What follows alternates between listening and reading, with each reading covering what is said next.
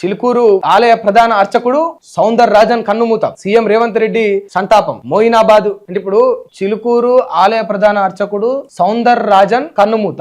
CM Revanth Reddy సంతాపం తెలిపారు. తెలపాల ఖచ్చితంగా అర్చకులు చనిపోతే 2 నెలల పసిబిడ్డ చచ్చిపోతే సీఎం రేవంత్ రెడ్డి సంతాపం చెప్పిండా? నీ కాంగ్రెస్ నాయకులు కులాహంకారంతో కుమ్మేర జాతరలో పసిగొడ్డును తొక్కి చంపితే పోస్ట్ మార్టం రిపోర్ట్ లో ఆ బిడ్డ మీద చిన్న గీత పడలేదని రిపోర్ట్ ఇస్తే పోలీసులు సీఎం రేవంత్ రెడ్డి స్పందించిండా? సిగ్గు లేదా? కనీసం బుద్ధి లేదా?